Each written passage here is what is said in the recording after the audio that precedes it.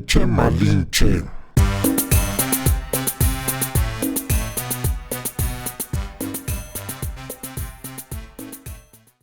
Que no estamos en, que no es para cualquiera, ¿no? Esa frase me choca.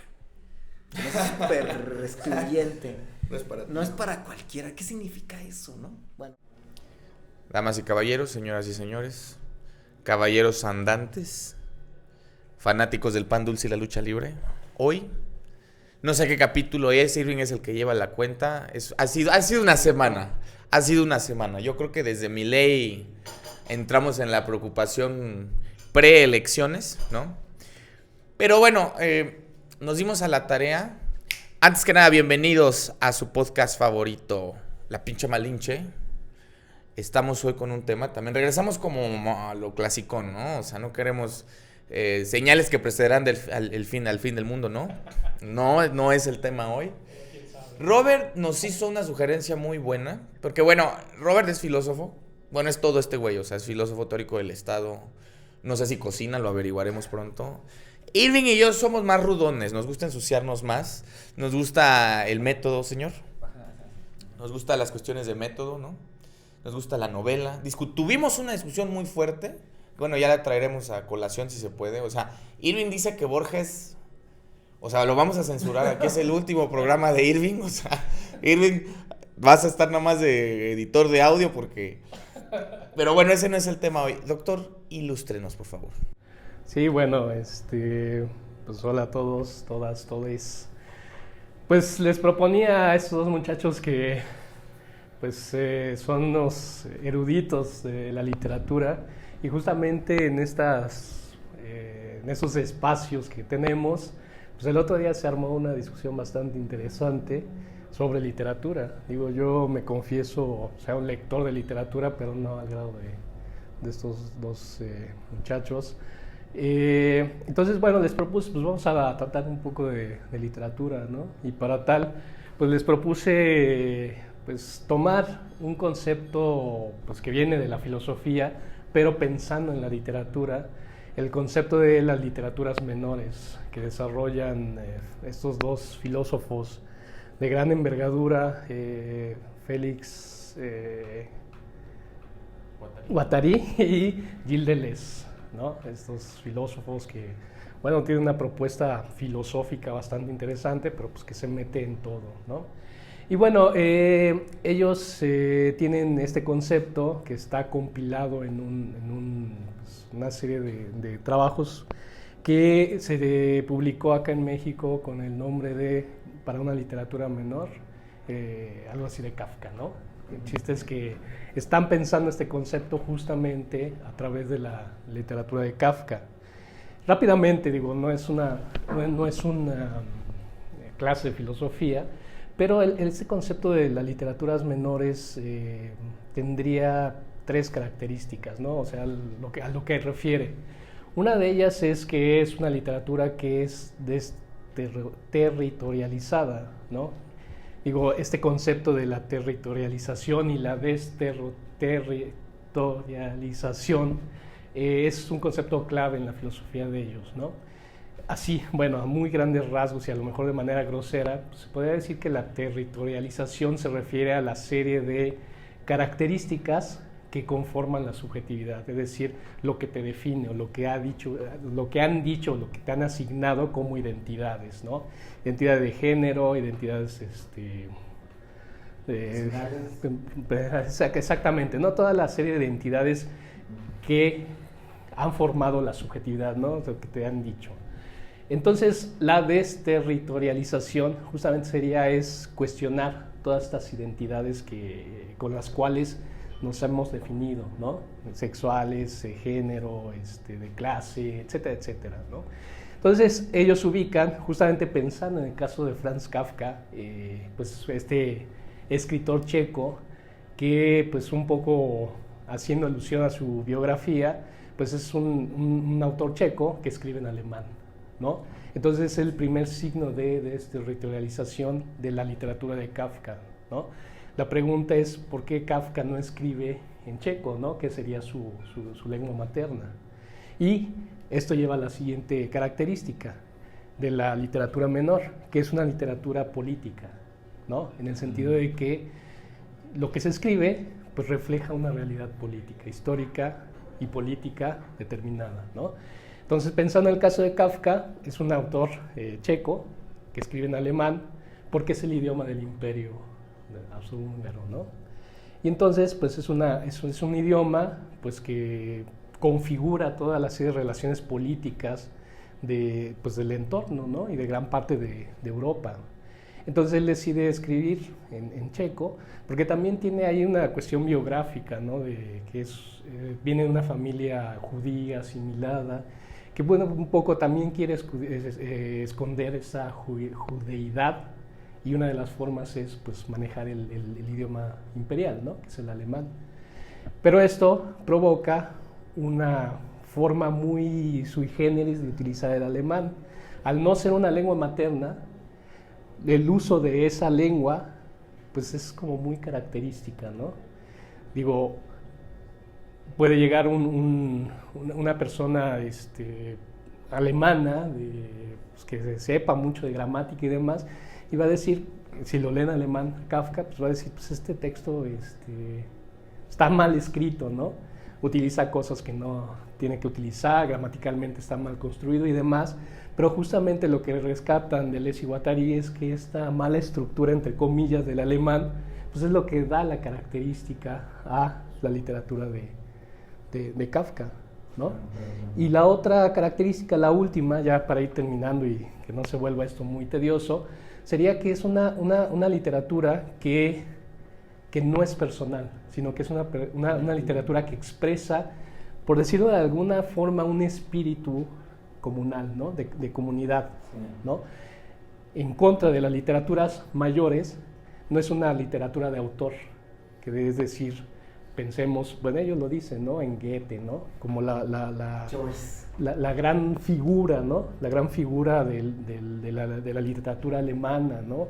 Sí. Un alemán pulcro, un alemán bien empleado, un alemán que plantea problemas importantes, mientras que la literatura menor, en el caso de Kafka, pues es una literatura que Kafka no dice yo soy el autor, sino que está más bien expresando, por decirlo, ¿no? un espíritu de una época, un espíritu de una comunidad política, de estos judíos asimilados, con todo el contexto que eso implica, ¿no?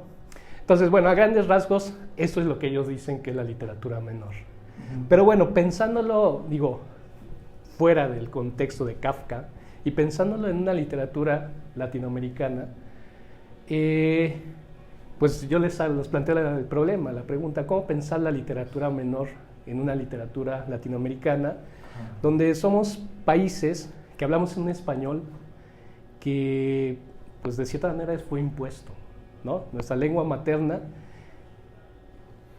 y aquí haciendo alusión a Derrida, en otro texto también interesante que se titula El monolingüismo del otro, que dice Derrida, una lengua nunca es propia ni nunca es ajena, ¿no? Siempre es como una lengua, estamos ante una extranjería de la lengua.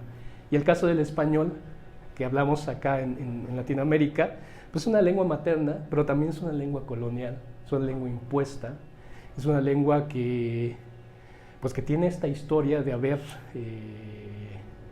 pues silenciado otras lenguas, ¿no? Y recordamos, por ejemplo, pues este suceso histórico en donde Nebrija, que era gramático, le entrega él escribe la primera gramática española y se la entrega a Isabel de Castilla y le dice, pues aquí está el imperio, ¿no? Haciendo la analogía entre imperio y lengua. O sea que para poder crear un imperio, pues tienes que tener una lengua. Y esa lengua se impone con el imperio y con todo lo que tiene, ¿no? Entonces, pensar nuestro uso del idioma, del español, con esas características, una lengua extranjera, una lengua propia, una lengua que puede capturar, un uso de la lengua que puede capturar ciertas, como lo decían Deleuze y Guattari, un espíritu social, un espíritu comunal, un espíritu histórico, un momento histórico político determinado, y también pues esto de la desterritorialización, ¿no? Me ha tocado a mí tener ciertos debates con personas españolas y me dicen, pues es que tú no sabes hablar o no sabes utilizar bien el lenguaje o ciertas palabras que se suelen utilizar suelen decirse, pues estas palabras están mal empleadas, hay que referirnos a la RAE, que etcétera, etcétera, ¿no? Uh-huh. Entonces, ¿cómo conceptualizar nuestra relación del español a partir de esta idea de las lenguas menores, ¿no? Digo, como punto de partida, ¿no? Esa hipótesis que les planteo para pues, pensarlas. Sí, no, qué bueno que lo mencionas porque sí es justo un tema que yo estoy, bueno, que seguido reviso, ¿verdad?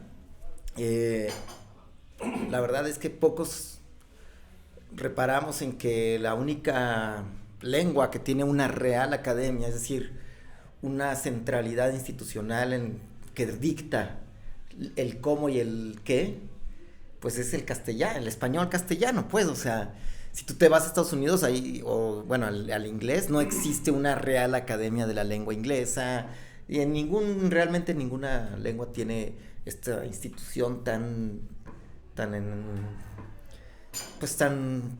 clasista, tan jerárquica, digamos, para entender el español, ¿no?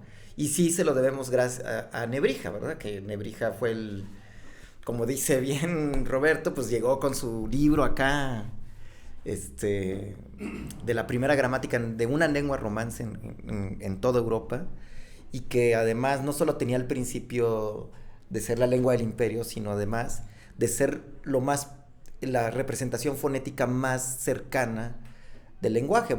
O sea, ¿y qué significa esto? Y esto lo he hablado también con ellos y así. Pues significa que si la letra se lee como se pronuncia, o sea, lo que quiere decir es que la letra está por encima del habla y de los cambios del habla.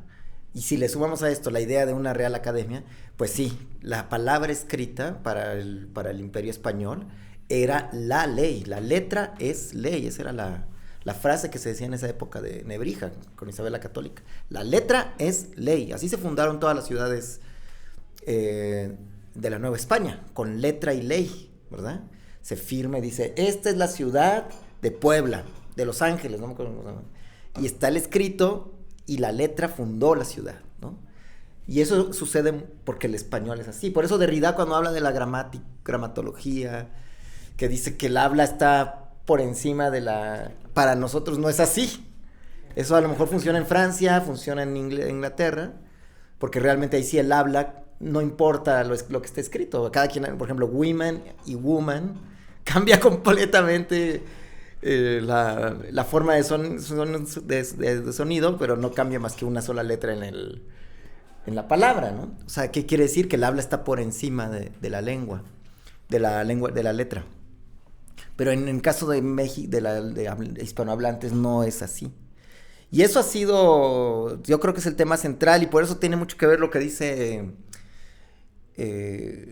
Deleuze y Guattari, ¿no? Porque de alguna manera en la experiencia latinoamericana sí la distinción entre alta y baja literatura, o la literatura mayor y la literatura menor, sí pasa por el grado de sofisticación del lenguaje. Y esto no lo digo yo, o sea, lo pueden buscar en un libro que se llama La tecnificación narrativa. Se los debo el título exacto, de Ángel Rama. Ángel Rama, y yo también, fíjense que Ángel Rama y yo, sí, descubrimos lo mismo, pero en lugares distintos, ¿no? O sea, porque yo... No me lo fusilé. Yo lo estaba dando en clase y un alumno me dijo, profe, eso que estás diciendo, lo leímos con este cuate. Y ya me pasó el libro de Ángel Rama y ahí ya lo leí bien. Pero yo siempre decía, si se dan cuenta, los que les gusta la literatura, denle una revisada a los que ganan los premios literarios de México. Pues, ¿quién gana? Por ejemplo, gana Federico Vite, gana, en poesía gana Efraín Bartolomé o Francisco Hernández, Juan Rulfo. ¿Qué nombres son los que están en el centro canónico de nuestras lenguas? De nuestro país, perdón. Son autores que hacen florituras con el lenguaje, que lo elevan a un nivel superlativo y que uno dice, órale, este cuate tiene mucha habilidad porque sabe hacer muchas figuras retóricas, porque le pone mucha filigrana al lenguaje. Véanlo por ustedes mismos y mismas, o sea, lo pueden revisar, no estoy mintiendo, nada más agárrense un canon, el canon así de todos los que han ganado premios de literatura, y vean las características y pueden revisar qué características tiene. Todos coinciden con un enriquecimiento del lenguaje y el uso de la metáfora. Y lo que está diciendo Deleuze y Guattari, que se me súper chido, es que Kafka en su momento no va hacia ese lugar.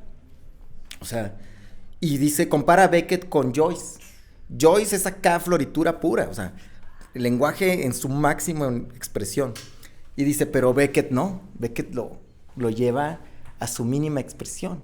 Lo mismo yo diría de Raymond Carver, la literatura negra norteamericana, que se salen de esta floritura faulkneriana, John Dospasiana, perdón, ya estoy sacando mucho name dropping, pero, o sea, también en Estados Unidos, gracias a cierta literatura que hubo, y que fue muy potente mundialmente, esta idea de alta y baja se acomodó mejor que en México. En México seguimos, les digo, los que ganan premios no son los que escriben duro y a la encía, como diría, o sea, de que Juan se encontró con no sé qué y le rompió en pedazos, ¿saben? No es así, sino el día que Juan llegó a la casa jamás imaginaría que no, pum, para decir lo mismo.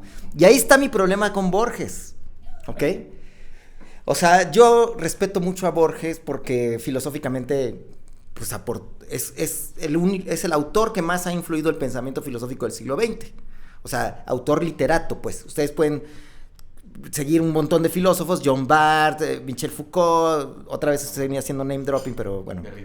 Derrida. Si ustedes leen todos los filósofos, en algún momento todos van a citar algún problema filosófico de Borges. Eso, indudable. Pero si yo lo que les decía a mis compañeros es que yo si fuera su editor, a mí no me parecen cuentos perfectos, gramaticalmente escritos perfectos, así, la verdad. Y aquí está el problema que les digo, fíjense, yo me quería, uno de mis objetivos de chavo era aprender de mi memoria el Aleph completito. Nunca pude llegar al primer párrafo, pero me sé el primer párrafo que dice: la candente mañana de febrero en que Beatriz Viterbo murió, después de una agonía que no se rebajó ni al sentimentalismo ni al miedo, noté que habían cambiado no sé a qué anuncio de la Plaza Constitución. El hecho me dolió, pues comprendí que el vasto incesante universo ya se apartaba de ella y que ese era el primero de una serie infinita. Dices, wow, no manches, todo para decir que el güey iba pasando por unos anuncios el día que murió la mujer que él más había querido, sin ser correspondido, y que dijo, chale, el mundo está cambiando, pero yo no voy a cambiar. Yo voy a seguir haciendo lo que voy a seguir recordando a Beatriz como si no hubiera cambiado nada. Y entonces decide Borges ir cada año en el cumpleaños de Beatriz a casa de este cuate de... Una obsesión ahí enferma, obviamente, porque la chava ni siquiera le hizo caso, ¿me entienden? ¿No? Pero fíjense el párrafo, candente mañana, y después de que no se rebajó ni un solo instante, todo eso, miren, yo la verdad es que siento que está cargado de adjetivos. A mí me molesta, prefiero a Rulfo, porque Rulfo es sustancia y no adjetivo. O sea, Rulfo logra hacer escenas súper chidas, o sea, con bien poquito, con una economía muy poquita. Ahorita no recuerdo alguna... El rencor vivo. Sí, el rencor vivo. Bueno, que Pedro Páramo era un rencor vivo, dicen, ¿no? Él es mucho más eficiente y más... Yo diría que esta comparación entre Joyce y Beckett yo la pondría entre Borges, sería Joyce, y Beckett sería Juan Rulfo, porque Juan Rulfo sí cuida mucho el lenguaje, la verdad, pero no el lenguaje en su punto de enriquecimiento, sino el punto de eficiencia, según yo. O sea, como decir las cosas demasiado claras y transparentes y no metidas en un montón de florituras acá lingüísticas. Ese sería lo central de las diferencias para mí entre la literatura mayor y la menor, y aquí también haría una comparación estilo Borges, es así, floritura máximo, Roberto Arte también, y pondríamos a Manuel Puig como la literatura menor, o sea, no sé qué piensas, Benja, que tú eres de literatura. Interrúmpanme. Pues ya vamos a cerrar este capítulo porque está muy violento este señor. Como que no, Borges, fíjate las barbaridades que está diciendo. Los líos que traen. No, y es un pleito, es un tiro cantado, o sea, que Borges no, que porque el vato, fíjate nada más, no. A ver, primero que nada... Espanta a mis alumnos, Borges, se lo pongo a mis alumnos. No, bueno, sí, pero... A ver, ven. También el Nintendo 64 espantaba a los alumnos y lo juegan, güey. Pero, aunque Irving dijo cosas que no voy a olvidar. El vato inocente universo ya se aparta de él, no. No, se me hace un temota, o sea, es un temotototota porque... Y es pertinente hablar de Kafka, o sea... Beto citando a Deleuze y Guattari y luego Irving hablando mal de Borges, no, hay una cuestión con fíjate, hay un crítico que odian todos porque es fachoso, a mí no me decía claro. O sea, es todo, es extraño porque el vato es judío, cabalista, pero al mismo tiempo es súper facho, pero al mismo tiempo... Entonces él es como el último, ¿no? Según un gran crítico anglosajón, ¿por qué? No lo sé. Y uno de sus libros, o sea, su magnus opus, su obra maestra es el Canon Occidental, ¿no? Donde el vato tal cual dice como, ¿quiénes son los escritores que tienen que estar en el canon? ¿No? ¿Y por qué? Y obviamente la crítica que se le hace es como, pues sí, güey, pues todos son blancos, todos son sajones, no hay mujeres, no hay personas afrodescendientes, no hay... Y se le hace una serie de cuestionamientos. Pero bueno, lo que yo quiero llegar es que ese libro es consecuencia... Porque, bueno, Harold Bloom empieza siendo parte, en su juventud, él coincide con Paul de Man, por ejemplo, y él era un crítico que trataba de hacer crítica con base en la deconstrucción. Y bueno, se va alejando y su libro mayor, digamos que lo catapulta a la fama, se llama La angustia de la influencia, donde él trata de explicar, claro, yo no estoy totalmente de acuerdo, pero sirve para explicar esto, que en lo que denominaríamos canon o literatura, porque ¿qué es la literatura mayor? La literatura mayor, y ahora sí como en términos más estratégicos, más teóricos, es aquella literatura que por su grado de ejecución, y yo diría posteriormente también su grado de distribución, su grado de visibilización, está reservada solo para unos cuantos, lo que hablábamos sobre Goethe, ¿no? Que es la idea de que el autor, en este caso, no es cualquier hijo de vecina, ¿no? Que el autor canónico debe ser un genio, un iluminado, ¿no? Y en ese orden de ideas, ¿qué son las literaturas menores? Pues son aquellas literaturas que básicamente van dirigidas al pueblo raso, ¿no? Que no tienen, por ejemplo, en España había una muy bonita, no sé si la habrán escuchado, que es la literatura de Cordel. La literatura de Cordel era como una especie de literatura fanzinesca, ¿no? Se llamaba de cordel porque los que la llevaban eran como unos señores que tenían un cordel, iban colgadas, ¿no? Eran páginas sueltas, casi panfletos, pasquines, ¿no? Y las historias eran, ¿no? O sea, que era muy parecido tal vez a lo que hoy sería el libro vaquero, ¿no? Sí. Entonces, Harold Bloom dice, estas piezas, el pasquín, la revista, el cómic, no pueden ser mayores, omitiendo la parte de la desterritorialización, que creo que es un poco más compleja, pero dice, no pueden ser mayores porque no tienen un grado de ejecución. Para Harold Bloom, el grado de ejecución, el grado de importancia, el grado de complejidad, tiene precisamente que ver con la estructura, ¿no? Es decir, un escritor dice, hay dos tipos de genios, ¿no? El primero es Shakespeare. Que por ejemplo, el vato, que yo no estoy de acuerdo, dice que Shakespeare es mejor que Cervantes, ¿no? O sea, pero bueno. O sea, se meten en ese tipo de discusiones que tienen más que ver con una cuestión hegemónica. De Cristiano contra Messi. Exactamente. Discusiones que no llevan a ningún... Exactamente.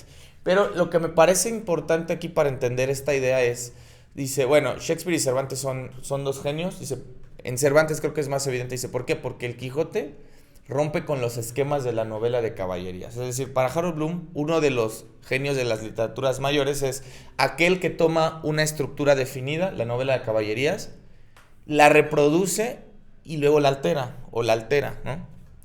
Entonces, en ese sentido, James Joyce sería un gran autor. ¿Por qué? Porque James Joyce, a través de estas florituras y estos procedimientos del lenguaje... La Odisea, toma la Odisea para hacer el Ulises. Bueno, esto también es otra discusión, pero sí, cada capítulo es una referencia indirecta a la Odisea.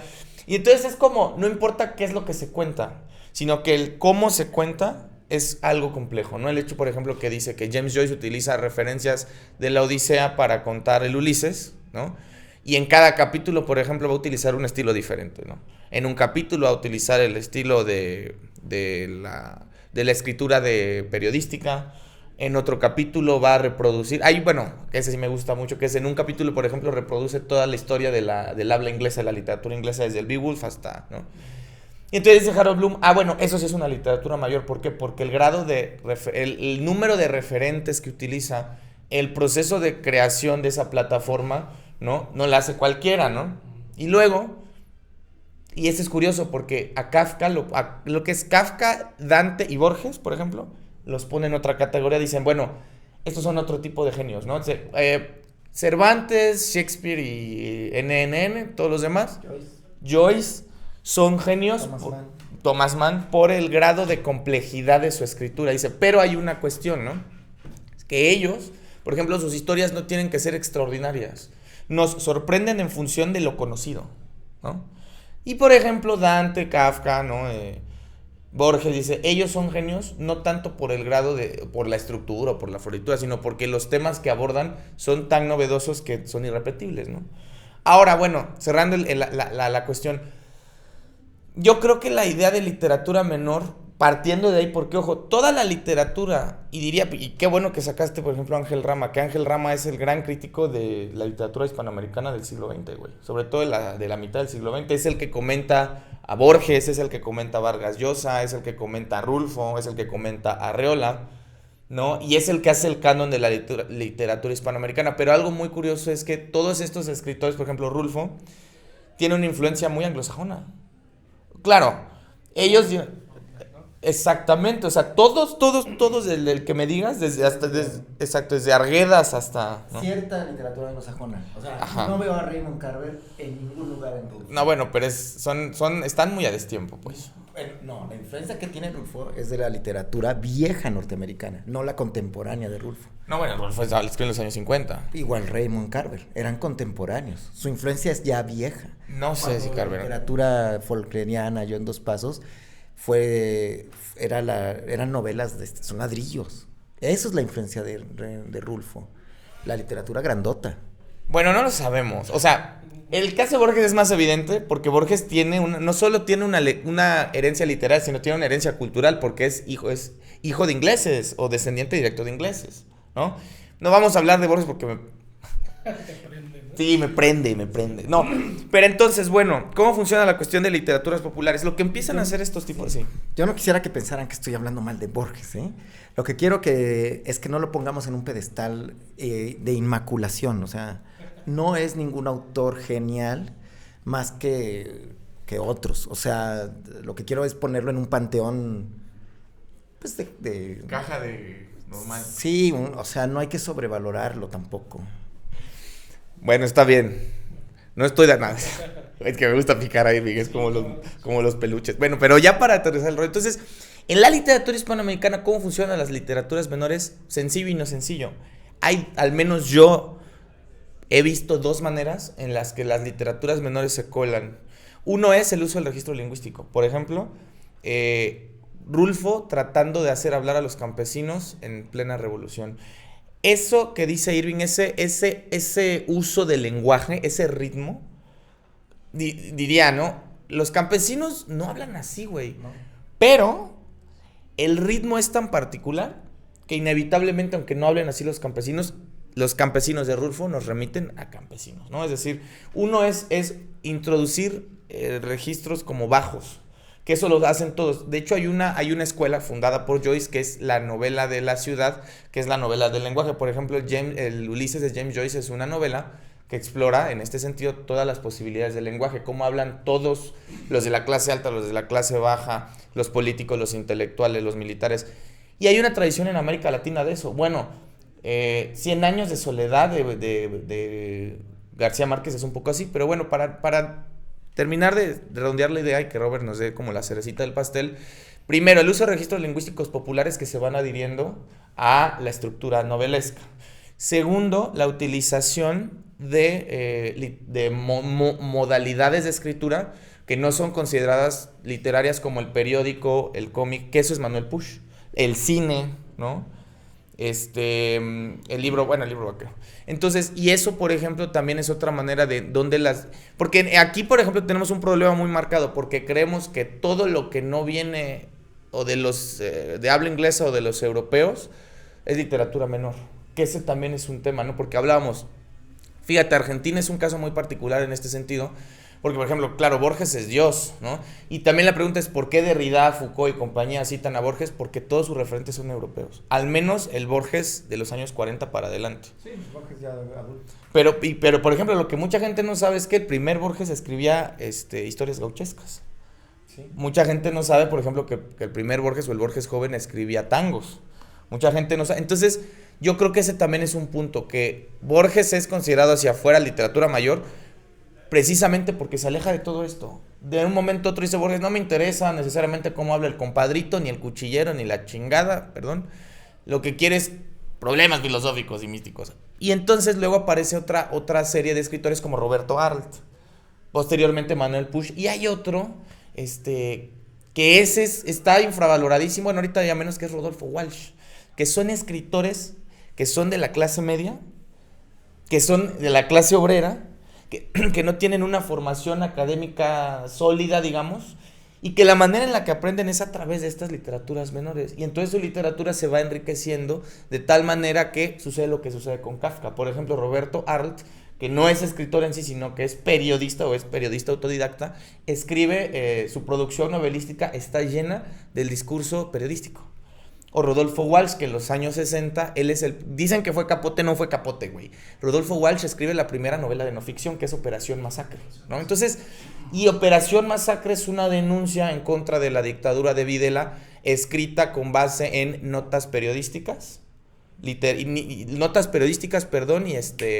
informes y archivos. Rodolfo Walsh es el primer escritor de los primeros escritores que utiliza el archivo ya de manera consciente ni siquiera para producir ficción, sino para producir una narrativa que esté como otro arista de la realidad. Entonces cierro con esto: registro lingüístico e introducción de modelos de escritura que no son considerados literatura. Ahora, habría que pensar en la cuestión del lenguaje, que ahí ya me dirás, ¿no? Porque aquí, por ejemplo, no me queda muy claro en América Latina, porque todos los escritores son, o la mayoría son, de la clase media alta, clase privilegiada, y yo no veo necesariamente, por ejemplo, como lo que sucede con Kafka. Quizá el otro ejemplo que pensaba, y ya con esto cierro mi participación, es Joseph Conrad, el del Corazón de las Tinieblas, que es creo que es polaco, que llega a Inglaterra, se vuelve marinero, viaja por toda pues las islas de la corona, y entonces es uno de los mejores novelistas británicos sin ser británico, ¿no? O el mismo Borges, ¿no? Pero Borges es como... Por ejemplo, decían, es que Borges, por ejemplo, lee el Quijote primero en inglés que en español, pero aquí sí habría una cuestión de clase, ¿no? O sea, es una cuestión que se invierte. Pero bueno, Robert, por favor. Sí, no, bueno, me dejan apantallado, digo. Yo soy un neófito comparado con estos dos muchachos eruditos de la literatura. Pero bueno, el caso, digo, por plantear y seguir un poco la discusión, el caso de Latinoamérica, me parece a mí que el español, el uso del español, el empleo del español, justamente siempre ha estado ligado a una cuestión de estatus social, ¿no? Aquí en México, pues el español se impone sobre una multiplicidad de lenguas, ¿no? Y se vuelve un indicador de estatus social. Es decir, si tú quieres ser de un estrato social alto, pues lo primero que tienes que hacer es trabajar el español, ¿no? Tu lenguaje, el uso de la lengua. Y eso es justamente un indicador de estatus social y de origen, ¿no? Y viene ligado a la cuestión de origen étnico. Las personas que aprenden español, que su lengua materna es una lengua, llamarla de alguna forma originaria, son muy reprochadas porque, según, no utilizan bien el español, ¿no? Y inmediatamente uno puede darse cuenta, o bueno, por decir también algo, alguien se puede dar cuenta de cuál es el origen de una persona por el acento, por la forma en cómo emplea el español, ¿no? Además de que es el mismo idioma. Entonces creo que sí, el español es un indicador de estatus social, de origen étnico, y se ha constituido justamente el español como el idioma nacional, ¿no? El idioma pues, de la nación, y es justamente a partir del cual se construye la nación. Entonces estamos insertos justamente en esa dinámica colonial cuando utilizamos el español. Entonces, lo decía ya otro autor, Mijaíl Bakhtin, que el lenguaje es justamente la arena de lucha política y social, porque en el uso del lenguaje uno puede insertarse, puede identificar, puede reconocer posiciones, contrarios, etcétera, etcétera. Y en el español, pues justamente nuestro uso del español está bien.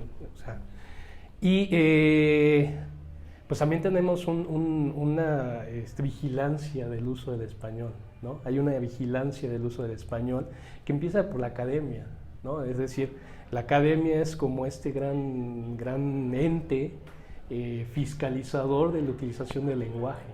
Tú no puedes ir a la academia y presentar un trabajo con características propias de cierto tipo de español. Tiene que ser español alto, con buena gramática, buena ortografía, que se exprese bien. Y es también un signo de, pues es un marcador de elitismo, ¿no? Pues está el español alto, el español bajo. Ese español bajo pues lo despreciamos. ¿Por qué? Pues porque no se habla bien, porque no se construye gramaticalmente adecuado. El acento, o sea, también tenemos esa parte de que aquí también hay una cuestión de un imperialismo de la escritura frente a la oralidad. O sea, uno no puede escribir como habla, porque si no, pues es mal visto, ¿no? Y tenemos una larga tradición, una larga tradición, para la redundancia, de tradición oral acá en estos países, ¿no? Por el pasado y demás. Entonces creo que también, o sea, pensar esta cuestión de las literaturas mayores y las literaturas menores es también una cuestión política, ¿no? Y creo que no solamente es una cuestión estética, de una cuestión de buena estructura, que se puede decir cosas que no se han dicho, temas que no se pueden ser dichos, sino que hay de fondo también una disputa política por el uso de la lengua. Entonces, en cuanto a literaturas mayores, digo, yo creo que potencialmente cualquier hispanohablante en Latinoamérica tiene esa posibilidad de crear una literatura menor. Y olvidar esta idea de que las literaturas menores son inferiores, ¿no? Creo que hay ahí también un rasgo de la inferioridad, sino que justamente recuperando a Deleuze y Guattari, es que estas literaturas menores son justamente las que promueven, empujan el uso de la lengua y de la literatura hacia nuevos caminos, ¿no? Porque bueno, pues está el canon, pero ¿qué es el canon? Pues algo que se tiene que aceptar y seguir, ¿no? Para eso están los cánones.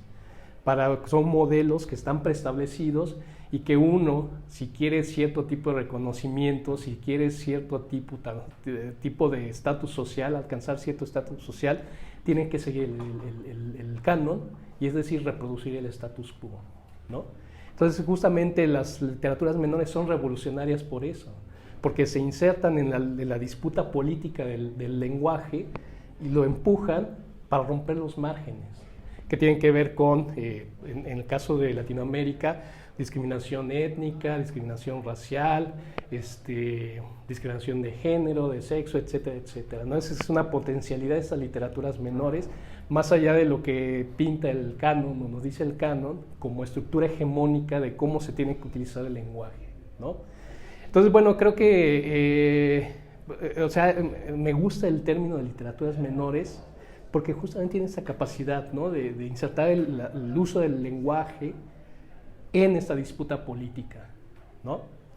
Del caso de Kafka, pues bueno, sí, Kafka tiene una lengua materna diferente a la que escribe. En el caso de México, bueno, en Latinoamérica, potencialmente se puede escribir en español, pero bueno, también estamos insertos dentro del español en esta disputa. Entonces, hay que, creo yo, ubicar justamente cuáles son esas disputas de lenguaje para ubicar también qué es lo que puede ser considerado como una literatura menor, ¿no? Pero bueno, ahí está lo que planteo. Sí, sí. Quisiera también traer los otros dos puntos de Guattari y Deleuze. Ajá. El de lo individual cuando se vuelve político, que, bueno, lo he estado pensando ahorita que, pues es precisamente el beso de la mujer araña de Manuel Puig.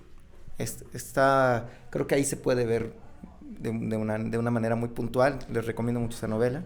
Empieza con un monólogo casi, que es una relatoría de una película que se llama La Mujer Gato, Catwoman, ¿o cómo se llama? ¿Sí? Entonces empieza este cuate a hablar, uno de los que están en la prisión, porque se trata de... Es un diálogo, es una persona que está ahí por su orientación sexual y otro que está ahí porque es comunista y lo atraparon en la dictadura de Videla. Y entonces están platicando, pero todo empieza a partir de cómo esta persona, no me acuerdo el nombre, disfruta la película y se nota a la hora de estar hablando de ella, ¿no? Y esta onda de lo mera y puramente particular, que es lo que a mí me encanta de la literatura menor, o llamada menor, ¿no? Kafka, bueno, La Metamorfosis sería el ejemplo. Yo creo que no hay que tenerle miedo a llamarla menor, ¿no? Sí. Porque justamente es marcar, como lo decía, ¿no? Su potencialidad política. De transformación, ¿no? Ah, ya. Sí, digo, es que sí, tenemos muy relacionado lo de mayor y menor como una cuestión de jerarquía, en donde sí. Lo mayor pues es lo que está bien y lo que está mal, ¿no? Entonces, sí creo que hay que reivindicar esta categoría de literatura menor con ese sentido, no porque sea inferior, sino que es justamente la potencialidad que tiene, ¿no? Sí.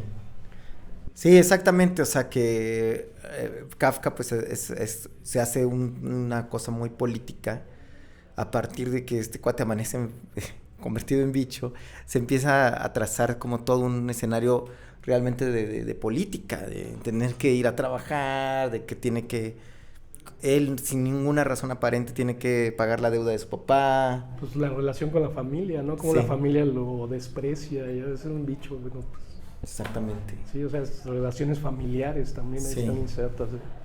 Hay un crítico de literatura y poeta y narrador, es un tipo brillante, haz de cuentas, que es Julián Herbert, que tiene un texto que se llama La revolución es el opio del pueblo.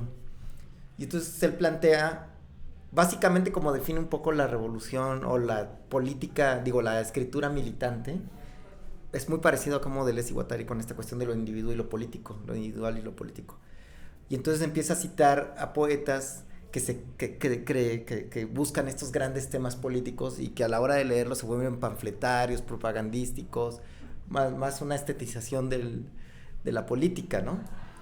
Y cuando agarra o toma, por ejemplo, a José Eugenio Sánchez, un poeta que yo estudié en mi tesis, o Juan Carlos Bautista, son personajes que desde su individualidad, desde su particularidad, ¿no? Uno es una noche en un bar gay que se llama el Marrakech. Se llama El Cantar del Marrakech. Y ahí hace un desglose de todo lo que pasa en una noche y se vuelve súper politizado, o sea, porque esa individualidad habla de unas relaciones mucho más profundas que no se puede uno permitir en los grandes temas, ¿no? Como en la ciudad transparente, ¿cómo se llama? La región más transparente. La región más transparente, o Manhattan Transfer, o Absalom, que son estos grandes Paradiso, o ¿cómo se llama? Macondo, ¿no? Sin nacionalidad, que no he leído ninguna de esas, solo he leído la de Manhattan Transfer. Pero que puedo imaginarme un poco esta cuestión global, ¿no? De tratar de abarcar lo político desde ese lugar. Entonces me gusta mucho a mí eso de la individualidad. Yo también como que me identifico mucho más con ese tipo de literatura. Por eso Raymond Carver o J.D. Salinger, que son escritores que a mí me gustaron mucho, porque hablan de situaciones súper cotidianas, sencillísimas. Hay un cuento bellísimo de Raymond Carver, donde un cuate llega a vender una aspiradora. Y el cuate, aparte de estar en una casa, el cuate que no es suya. Entonces no quiere que se dé cuenta que no es suya. Entonces hay un malentendido ahí. Pero el cuate dice, bueno, déjame aspirarte para hacerte una demostración de la aspiradora, de que sí funciona. Y, o sea, su idea es venderla.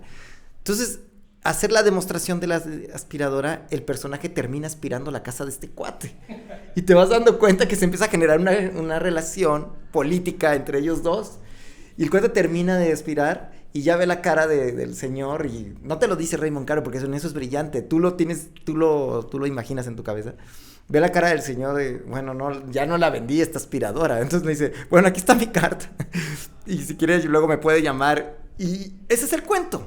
cómo una cuestión de ventas se convirtió en una relación de amo y esclavo, así, en tus ojos. O sea, muy increíble ese cuento de Raymond Carver. Y tiene yo podría hablar horas de este autor. Pero es eso justamente de lo micro. Como en lo micro, que es Samuel Beckett. Igual, Esperando a Godot, es todo un recorrido político a partir de 2 personas y otros 2 que estaban ahí, ¿no?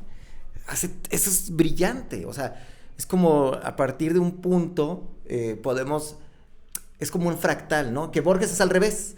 Borges te plantea el gran tema filosófico, súper grandotote, ¿no? No. Ya no habíamos tenido pedos, Hace el recorrido contrario. O sea, sí, podríamos decir, no, pues en realidad el Aleph se trata de Borges, que no puede superar el amor que tiene por Beatriz. Más o menos, porque luego hay una parte donde el cuate se empieza a hablar de poesía en unos términos que todos mis alumnos que han leído el Aleph dicen, ¿eso qué, profe? O sea, esa parte donde Argentino Danieri está hablando de su obra, no, como que se ve como que puesta ahí, como que no se ve orgánica dentro del texto. A mí eso es lo que me lleva al fascismo, fíjate. O sea, Borges es un escritor muy bueno, pero que en momentos llega a una estetización ahí del fascismo, o sea, del clasismo, etcétera, ¿no? La verdad, discúlpenme, pero así lo veo yo. ¿Y cuál es el problema del fascismo? Es ese precisamente, el hacer uso del lenguaje para crear una distinción jerárquica o de clase. Es como si yo empiezo a hablar bien para humillar a mi compañero que habla, pues que no es lo suyo, la elocuencia, ¿no?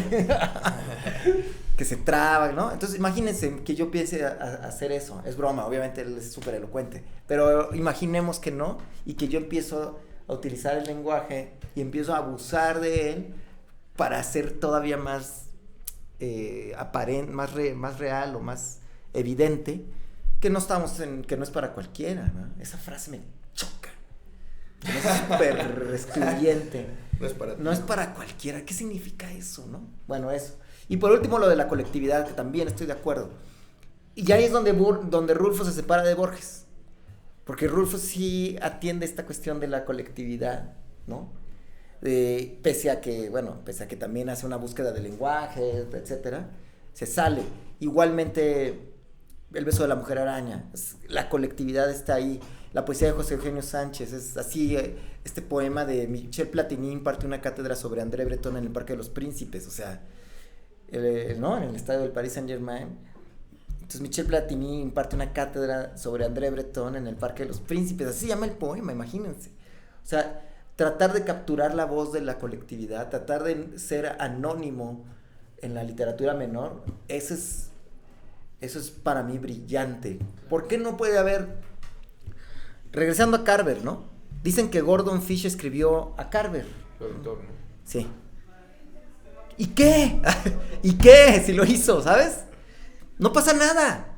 Disfrutas una parte, la mitad es Carver, la otra mitad es Gordon Fish. Eso sería una literatura colectiva, ¿verdad? Pero no, queremos a fuerza ver el maldito el nombre para ponerle un nombre a algo así, para individualizar el genio. ¡Qué estupidez!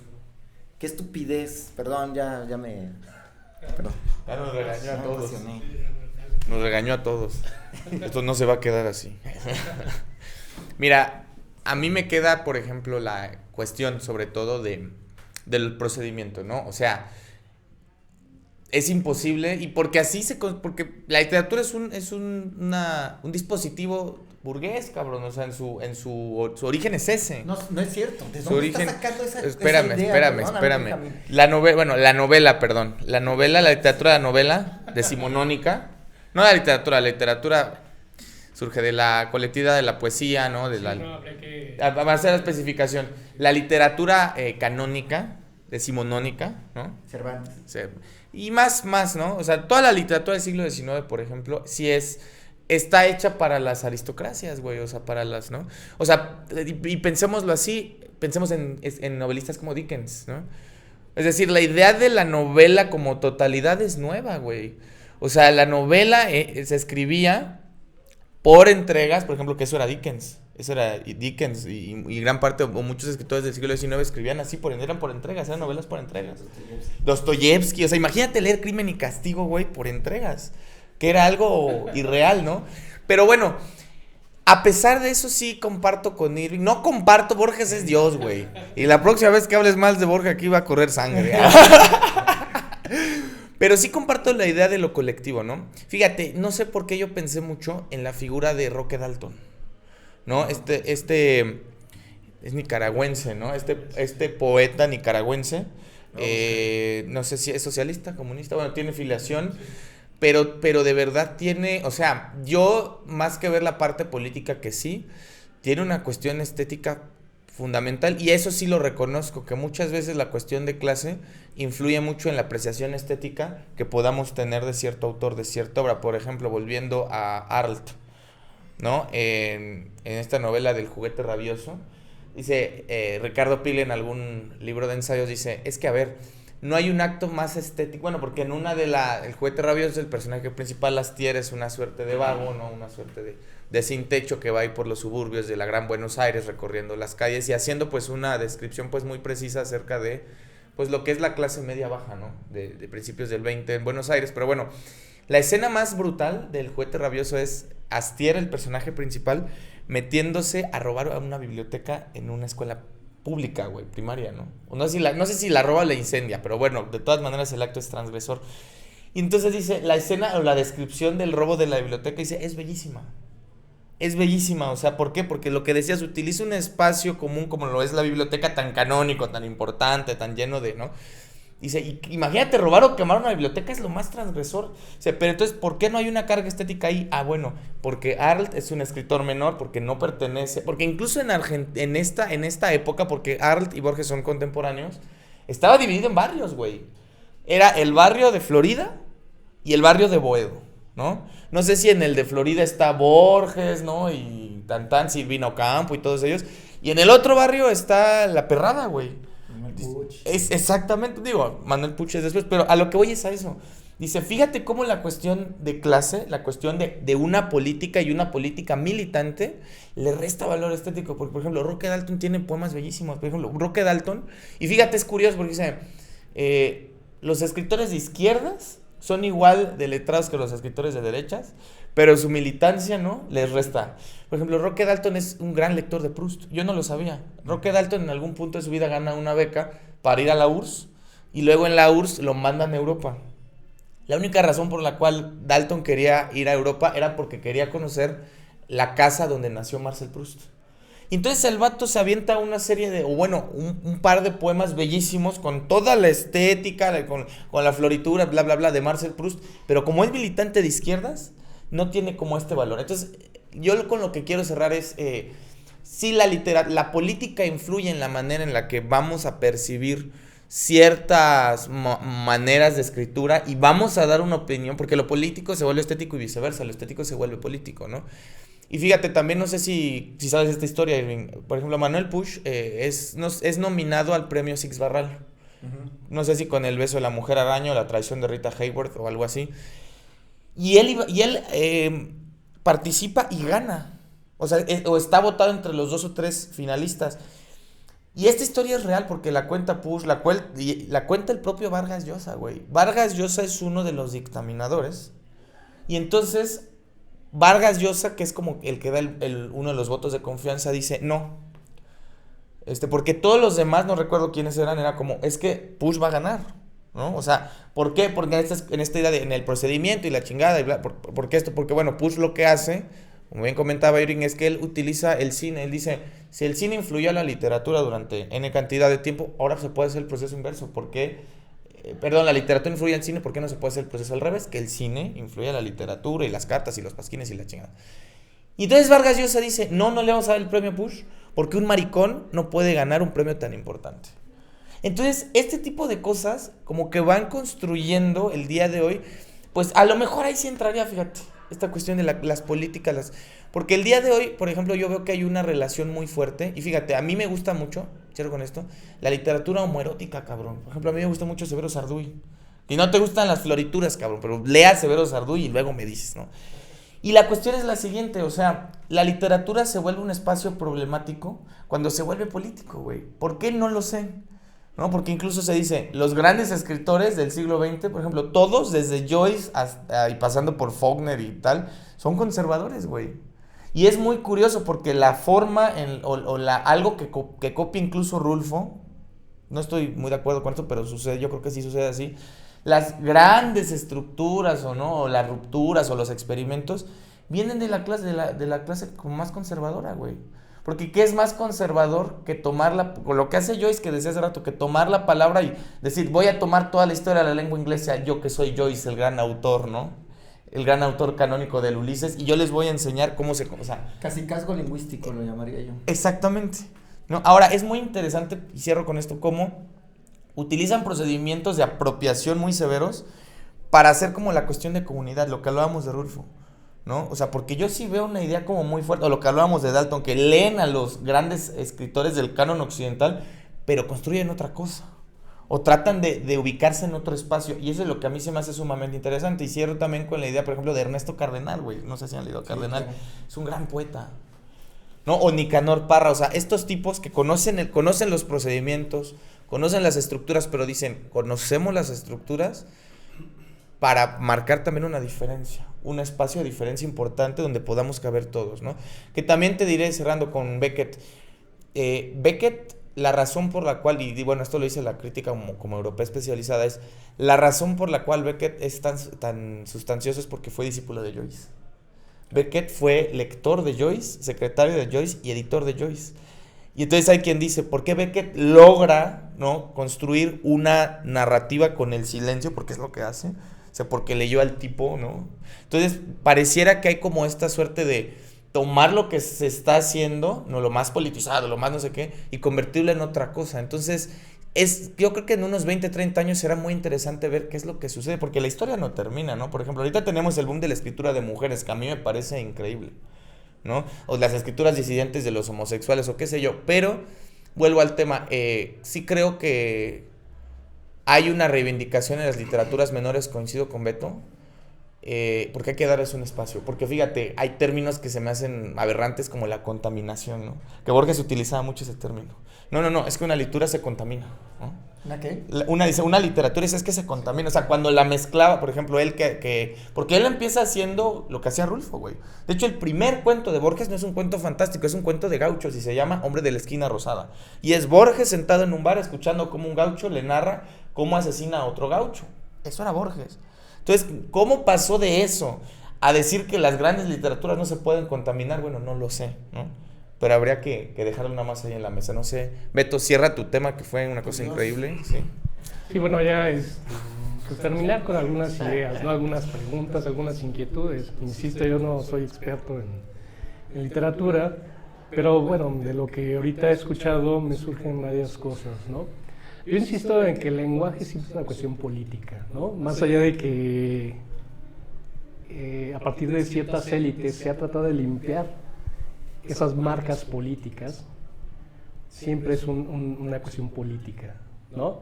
Y justamente lo que hacen las literaturas mayores es tratar de borrar esos rastros de posicionamientos políticos, que pueden ser de derecha, que pueden ser elitistas, que pueden ser aristócratas, que están ahí, que tienen que ver con las temáticas, la forma de decirlo, la forma de emplear el lenguaje y demás.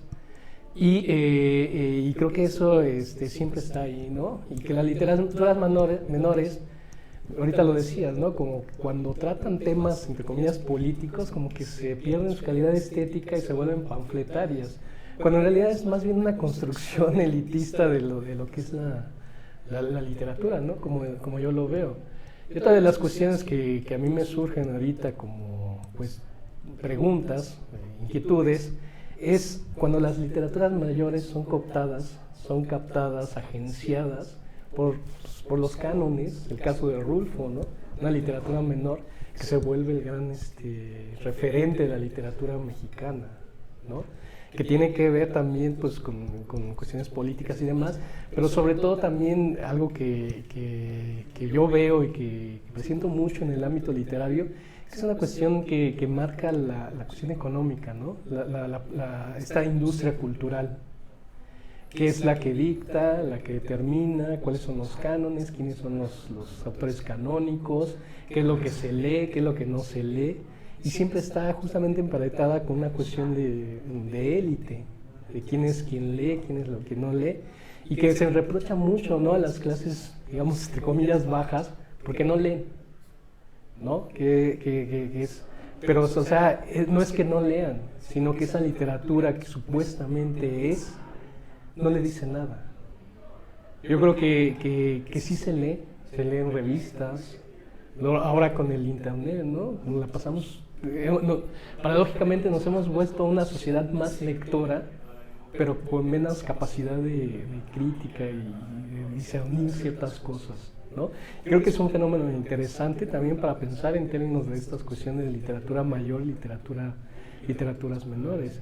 Y sigue insistiendo en que creo que hay que rescatar este concepto de literatura menor como un bastión de resistencia ante, pues, los imperativos de un modelo económico, de un modelo político, social, pues, que nos tiene donde estamos, ¿no?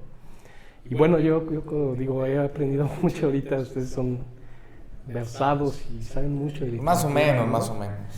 Y siempre me asombran, ¿no? Pero bueno, pues digo lo que me quedo con eso, ¿no? Una buena charla, ¿no? Muy amena. ¿Amena?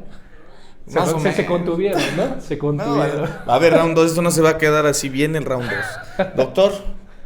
Pues nada, ya eso que yo no odio a Borges, ni mucho menos. Soy realmente una persona muy apasionada de la literatura borgiana. ¿Y qué si lo odiaras? Era un aristócrata caminando hacia el fascismo. Entonces, bueno, sí, caminó, cruzó esa charla que hace de Pinochet, ¿no? Creo que sería bastante justificable, ¿no? Y entendible que, pues, sí.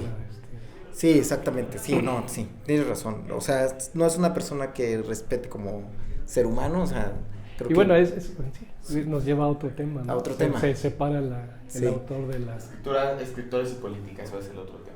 Se puede separar, pues... Sí, bueno, es un temota, ¿no? Pero bueno. Más o menos, por ejemplo, Woody Allen se puede ver en todas sus películas este ser depravado, predator que es hacia las mujeres. En todas las películas se puede trazar esta idea de que él se pinta como el chido, el buena onda, y ellas como las, ¿no? O sea, no me la creo yo de que está separado el autor, en caso de Woody Allen, ¿no? Sí, bueno, habría que amerita, ¿no? Una discusión amplia, sí, cierto. Sí, bueno. Pero bueno, nada más eso, que a mí me gusta mucho la literatura también, que tiene un grado de sofisticación, y lo que no me gusta mucho es que justo esa es la que se convierte en una especie de canon, y eso, sobre todo aquí en México, la herencia rufiana y paziana, no es culpa de Rulfo, ni mucho menos, ni tampoco de Paz. Bueno, de Paz sí. De Paz sí. Es un personaje impresentable, ¿no? En esas dos es más culpa de Paz, que se ha, y esto lo dice Ángel Rama, se ha considerado la literatura buena en cuanto más experimentación técnica tenga, ¿no? En cuanto más recursos técnicos tenga, se considera mejor. Y eso le ha hecho mucho daño a las literaturas menores, o que no apuestan por ese, que no creen que esté ahí. Y eso no le pasó a Estados Unidos, ni a ¿cómo se llama? Ni a Rusia, la Unión Soviética, porque hay autores cero floritura, como Raymond Carver o como Anton Chekhov, que no son autores que no son sofisticados, si lo quieres ver así, y que son riquísimos de leer, ¿no? Ya me quedo con eso, ya. No, bueno, antes de que regañe a Irving, agradecer a Cafetería Maca, que siempre nos presta el espacio, aquí en Cuernavaca, Morelos. Si saben, estamos en Cuernavaca, Morelos, pero somos del mundo, ¿verdad? México, por si la están viendo. Si la están viendo en otros lados. Agradecer. Y pues nada, yo creo que esto amerita como un segundo round. Irving va ganando por poco, o sea, pero por poquito. Porque yo creo que el siguiente, me voy a adelantar un poco, podría ser de fútbol, Ahí sí. Vamos a hablar de la hinchada y vamos a hablar de esto y vamos a hablar de aquello. Pero bueno, muchas gracias por acompañarnos. Siempre es un placer y nos esforzamos, ¿no? Tenemos todavía no vivimos de esto, pero pronto. Pero nos esforzamos y esperamos seguirlos viendo. Suscríbanse al canal y fuerte abrazo a todos. Bye, bye. Chao. La pinche Malinche.